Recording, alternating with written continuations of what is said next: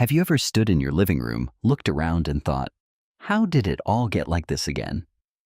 Not messy, just full. Full of things that used to matter. Full of memories you're afraid to disturb. Full of you, but maybe not the version of you that's still here. Last year, I visited my friend June. She's 73, widowed, lives alone in a quiet corner of Oregon. She had just 48 hours before the moving truck arrived. No help, just a house full of 4 decades of everything. But here's what surprised me. She didn't panic. She didn't cry. She smiled gently and said, "I'm not just packing up my house, I'm clearing space for the woman I'm becoming." That stopped me, because no one ever tells you this. Decluttering isn't just about clearing things. It's about reclaiming your rhythm, your breath, your sense of control, when so many other things feel like they're slipping. And if you've ever felt like your home is quietly closing in on you, like every drawer holds decisions you no longer have the energy to make, I want you to know, this video isn't here to overwhelm you. It's here to free you. Today, I'll gently walk you through 3 of the 7 habits June used to clear her home in just 2 days, and not one of them requires lifting heavy boxes or making painful sacrifices. Just all small, powerful shifts in how you see your space and yourself. I've tried them myself, and I've watched dozens of older women find peace they thought they'd lost. And that last trick? It has nothing to do with storage bins or sorting piles, but it might help you fall in love with your home again. Before we begin, I'd love to know, where are you watching from? And how has your relationship with your home been lately? We read every single comment, and your story might be just what someone else needs today.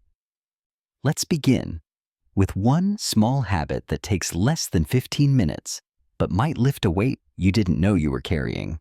Habit 1, the triage table. Do you ever walk into a room, look at the clutter, and feel so stuck you just walk back out again? There's a simple habit my friend June used. She called it the triage table. It comes from emergency rooms, where doctors have to decide quickly who needs help most. June used that same thinking in every room of her home. In each space, she brought in a folding table and made 3 clear piles.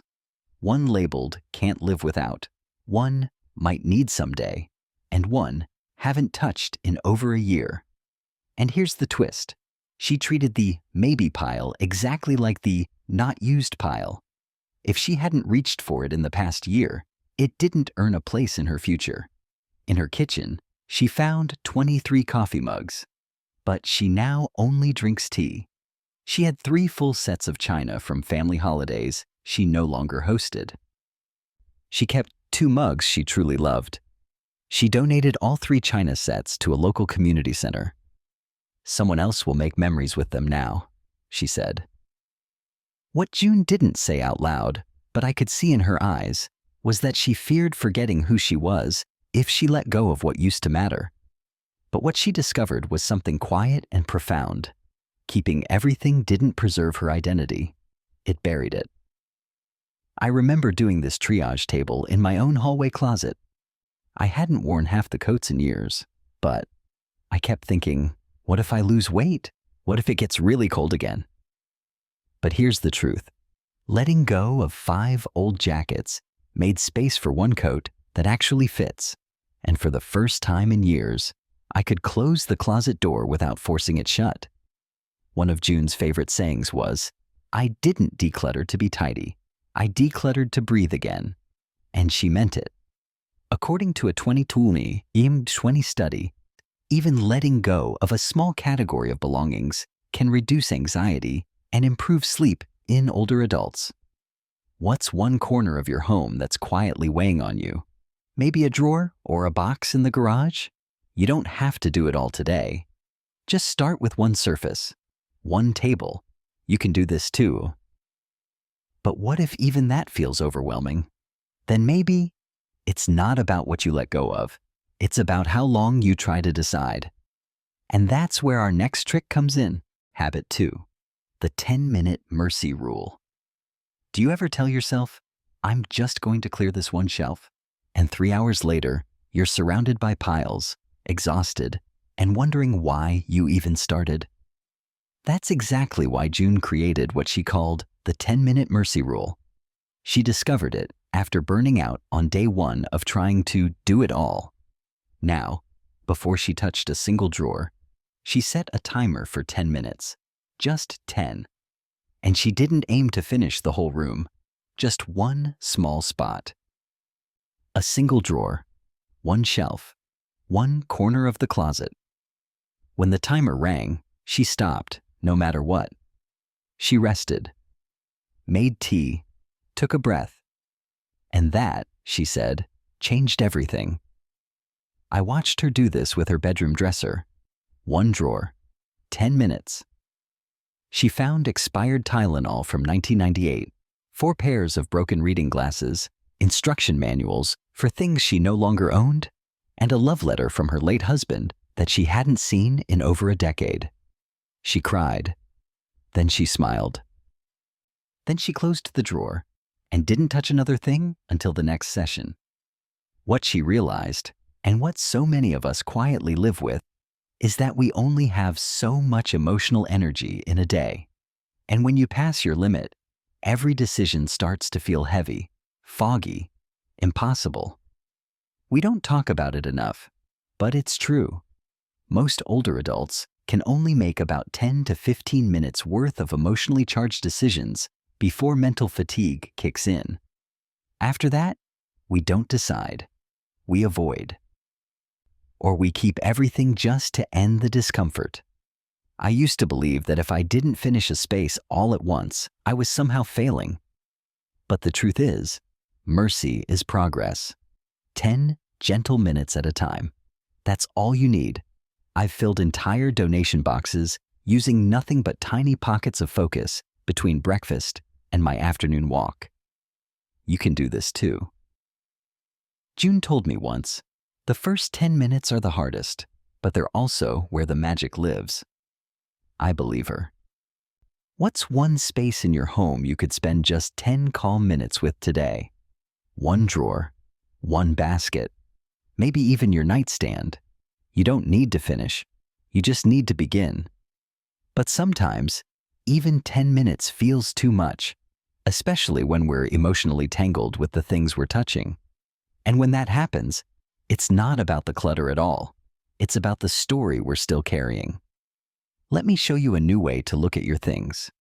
With clear eyes and a soft heart. Habit 3, the future self-test. Do you still have clothes in your closet for a version of you that no longer exists? That question is where the future self-test begins. June used it every time she felt torn between keeping something or letting it go. She would gently hold the item and ask, does this still serve the woman I'm becoming? Or is it just holding me in a past that's already complete? She once had a closet full of business suits. Stiff, tailored, expensive. They represented 30 years of her career, her power, her place at the table. But that version of June had retired. Her future self was painting on the porch in loose linen, volunteering at the shelter, planning her first trip abroad. She kept one blazer for memory's sake and donated the rest to a nonprofit that helps women return to work. She told me, I didn't let go of my success. I just let go of the armor I no longer need. There's a quiet fear many of us carry, that if we let go of what once defined us, we might vanish too. But that's not true. You're not betraying your past by changing. You're honoring it by living forward. For me, it was an old briefcase, heavy leather, worn at the edges, filled with nothing but dust and a few outdated documents. I hadn't worked in years, but I still kept it until I asked, would the woman I'm becoming ever carry this again? And the answer was no. Letting it go didn't erase anything. It made room for something new. You can do this too. June liked to say, your next chapter deserves space to unfold. And she's right. What's one item in your home that belongs more to your past than your future? Tell me below, because naming it out loud is often the first step to setting it free. But sometimes, even when we know an item no longer fits who we are, we still keep it. Not out of love, but out of guilt. And when that guilt builds up, we need a new lens entirely. One that's clear, honest, and just distant enough to show us the truth. Today, we didn't just talk about letting go. We talked about making space for clarity, rhythm, and joy. Not because we're getting rid of who we are, but because we're gently making room for who we're still becoming. Maybe today, just one drawer, just one item, and just one deep breath. That's all it takes to begin. You don't have to do it all. You just have to do it kindly. Tell me, what's one item you're ready to thank and release? I read every story, and they stay with me longer than most things ever could. Your words might be exactly what someone else needs to let go too. If this video helped you feel just a little lighter, send it to a friend who might need space to breathe again. Sometimes, all it takes is one gentle goodbye to start living forward.